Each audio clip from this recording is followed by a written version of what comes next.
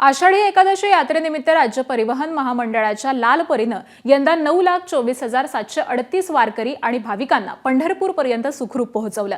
राज्यभरामधून चालवण्यात आलेल्या साधारण 5,500 विशेष बसेसच्या माध्यमातून 21,527 फेऱ्या चालवण्यात आल्या।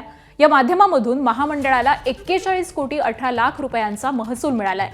हा महसूल गतवर्षीच्या तुलनेमध्ये 5 कोटी 30 लाख रुपयांनी अधिक आहे। आषाढी यात्रेसाठी एसटी महामंडळानं राज्यातील विविध विशेष भागांमधून बस सेवेचं नियोजन केलेलं होतं। लाखो वारकऱ्यांची सुरक्षित आणि सुरळीत वाहतूक करण्यासाठी चालक, वाहक, यांत्रिक, सुरक्षा त्याचबरोबर प्रशासकीय विभागातील अधिकारी आणि कर्मचाऱ्यांनी अहोरात्र सेवा बजावली आहे।